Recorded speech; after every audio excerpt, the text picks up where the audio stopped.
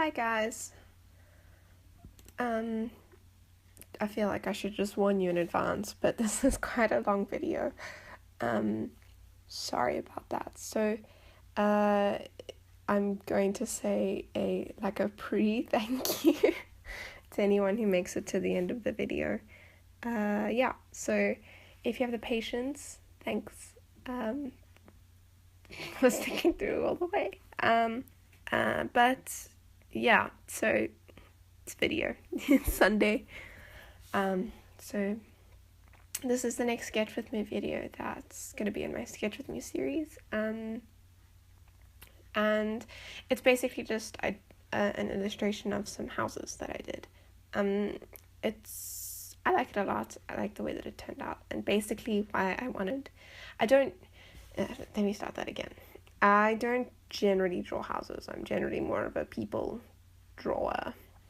That's all patterns. So houses is a bit out there for me. So I kind of made a resolution with myself. I don't know if it's that, but one of the goals I have for this year is to get better at drawing things that I don't draw.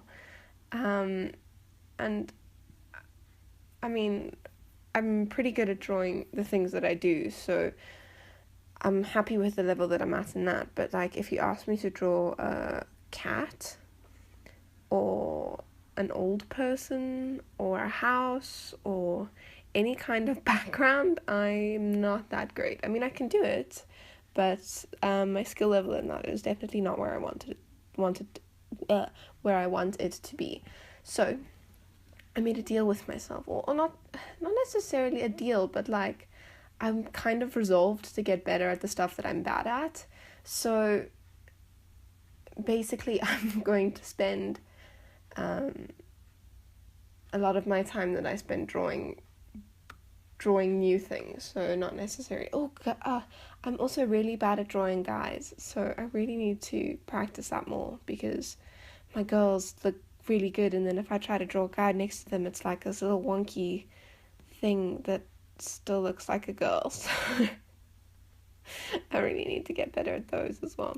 Anyway, so I made a deal with myself that I would practice the stuff that I'm bad at more. I don't avoid it, because what I generally do, I avoid the stuff that I'm bad at because I'm bad at it, and drawing it doesn't make me necessarily feel good, especially when you're staring at the page looking at this really awful drawing and you're like, I don't really necessarily want to keep drawing after 5 really horrible drawings of stuff that you're not good at. Anyway, so that's basically where I was like, okay, well, today I'm not brave enough to tackle actual difficult things, and houses are, or at least the ones that I chose to do, are effectively squares with the smaller squares inside them and maybe a triangle on top. I can handle this.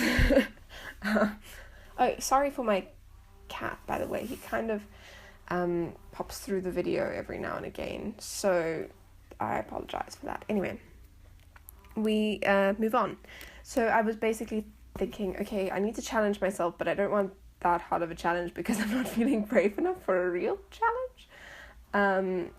Anyway, I decided to draw houses, and so basically I used acrylic.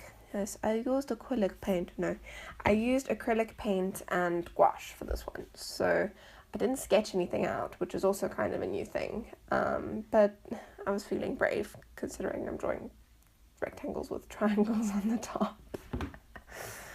So basically what I did is, the only reason I used acrylic paint, I don't use it very often, it's not necessarily my favorite medium. I do enjoy it. I mean, it's decent, but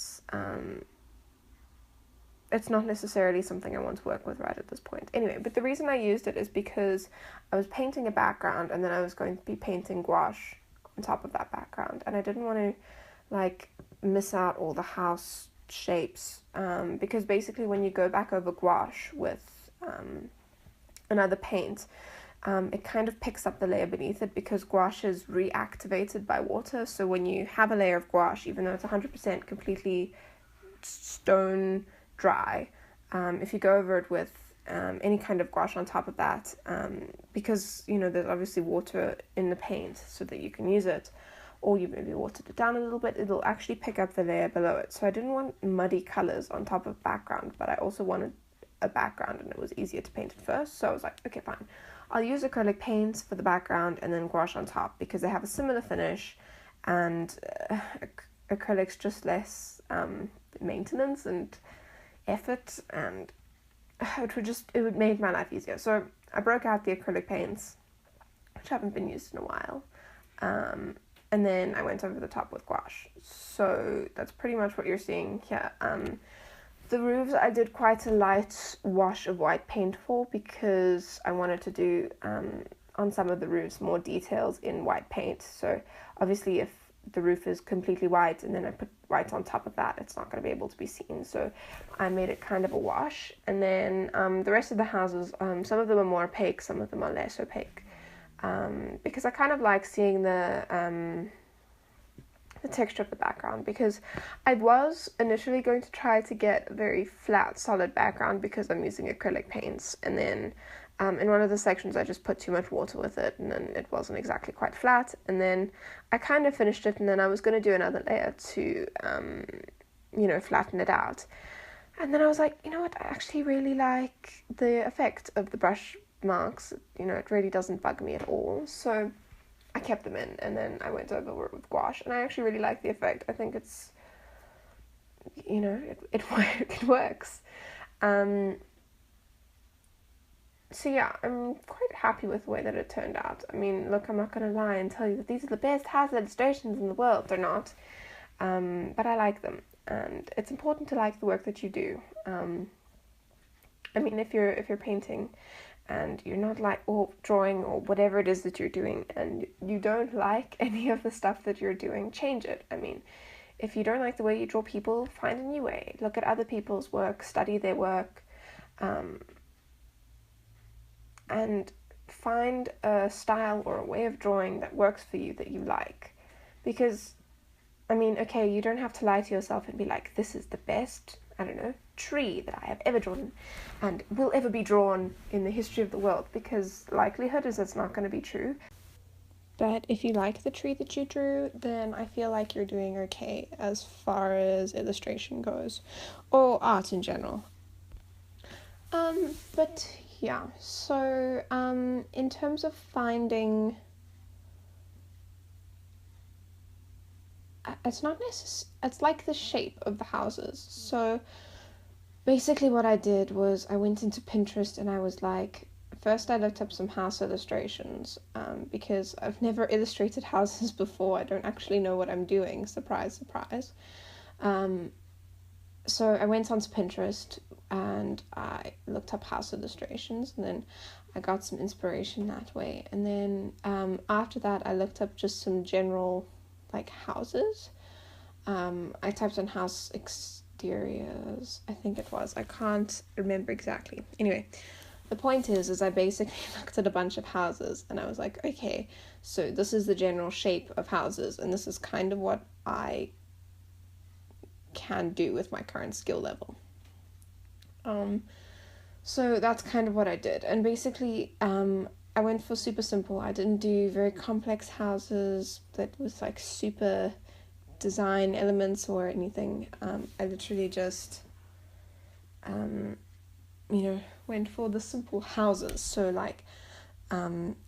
country cottages, and I think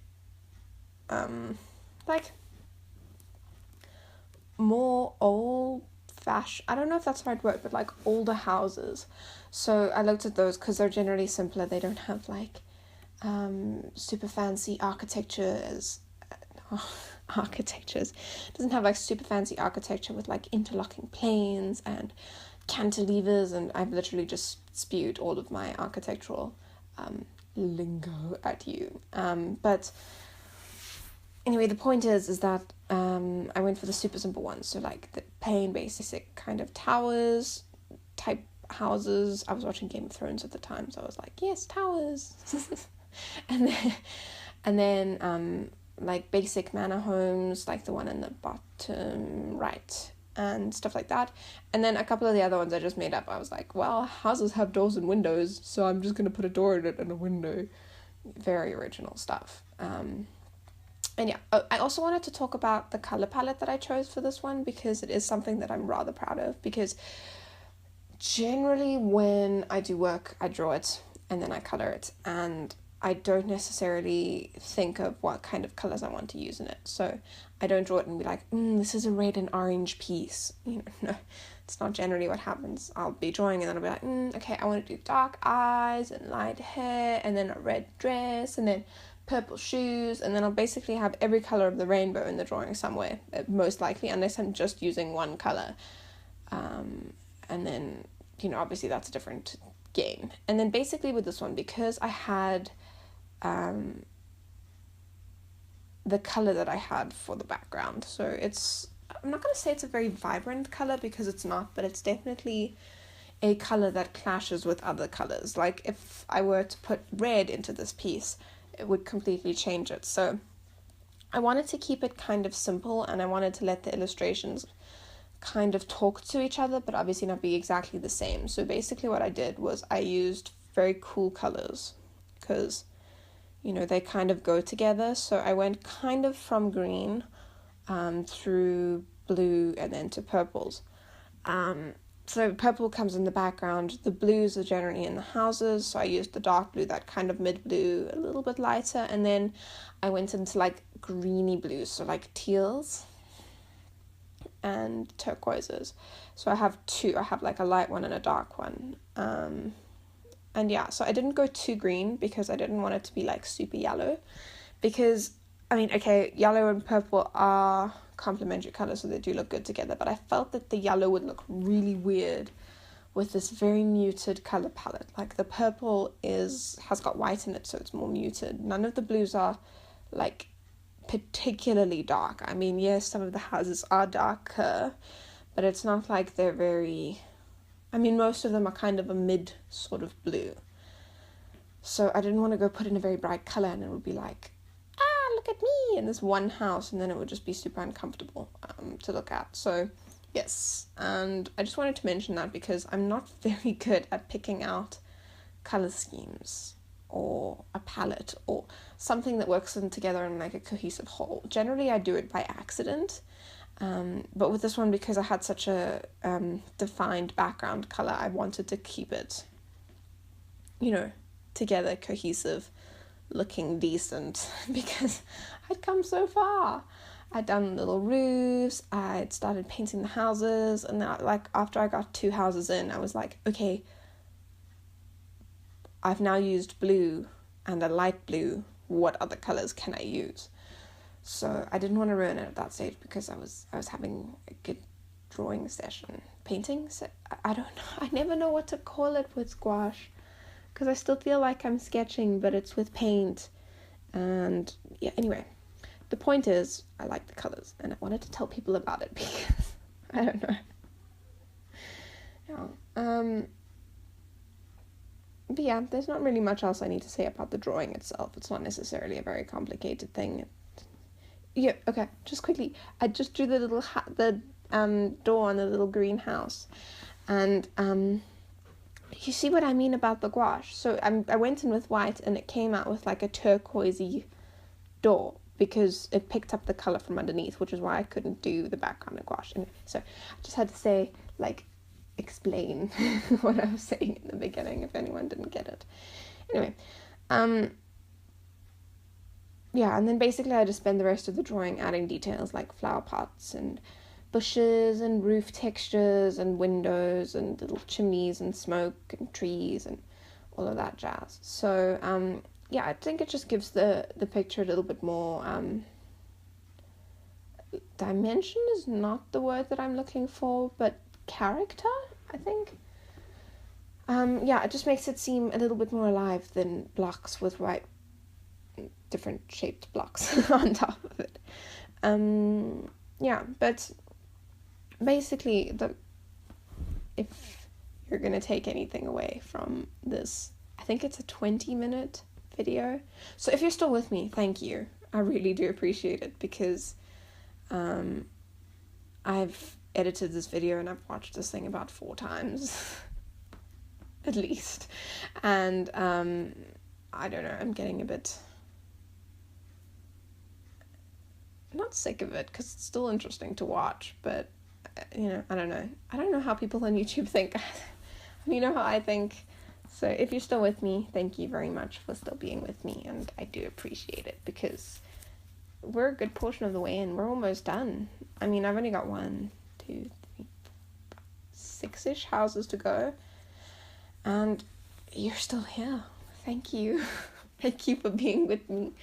Anyway, if there's one thing that you learn or take away, or I don't know, whatever from this video, is try something new. If you feel like you're at a level in your art that you're okay with, like there's not something that you really, really need to work on to do what you want to do. So I generally want to do people, and I feel like I can do okay. I generally want to do women, and I feel like I can do them okay. Like there's not really any glaring issues with the way that I draw them. And you know, if you're feeling like that, say you draw food illustrations, and your food illustrations, you feel like they're great. Well, not great, but you're happy with them. If you're doing them for clients, your clients are happy with them. If you're doing them for you, you're happy with them.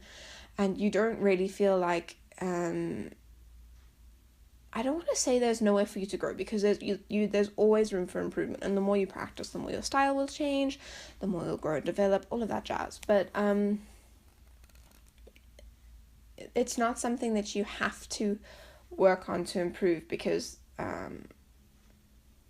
you're at a level that you're happy with. But what I'm trying is, I'm sorry, this is really rambly and convoluted, but my point is if there's something that you don't draw often, so say you're a food illustrationist, you illustrate food, and say that's what you do, and you never draw furniture or people or animals, step out of your comfort zone and draw them, because as weird as it is, it will improve the thing that you draw. So I draw people, you draw food, or I don't know, it's a shitty example, but there it is. I draw people, you draw food. If I started to draw food and you started to draw people, I would get better at drawing people and you would get better at drawing food. Because drawing in of itself, you get practice from it and you will improve. But also if you draw, I don't know, at least this is what I found. Maybe it doesn't work like this for other people. Maybe my brain's just a bit squonky and it only works for me. My point is that if you draw something else, you might find a technique that you would never have had to use while drawing food illustrations. And you take that technique or that trick or that way you drew that one thing, and you take it into your food illustrations, and it will help improve them. I can't promise you, because I don't know if everyone works the same as me, but that's what I found. Drawing different things and branching out and growing the subject matter that I'm able to draw in whatever, it helps with everything, you know. And also, even if you don't draw whatever you draw all the time, keeping up practice and keeping your hand in shape is very important, because I swear to you, artists can get out of shape too. You get out of practice. If you don't draw, if you drew every day for 2 weeks, no, for like 2 months, and then you didn't draw for like 4 days, and then you try to get back into it, it's so difficult. So it just keeps you in practice, and it spices it up. If you're a bit bored, draw something else. That's basically what this was. Last week I did a person, and I was going to post another drawing of a person, and I thought, okay, you only have 2 videos up on YouTube, and 90% of them now would be you drawing what you always draw. So mix it up, spice it up a little bit, try something new, Jamie, you can do it. So I did, and I really, really liked the way that it turned out, and I hope that you do too, and I really hope that you enjoyed this video. And thank you so much for watching to the end if you made it. I really, really appreciate it. I really do. It means a lot to me when you get to see all of the hard work that I put in and you enjoy it as well. So thank you so much, and I will see you again next week. Okay, bye.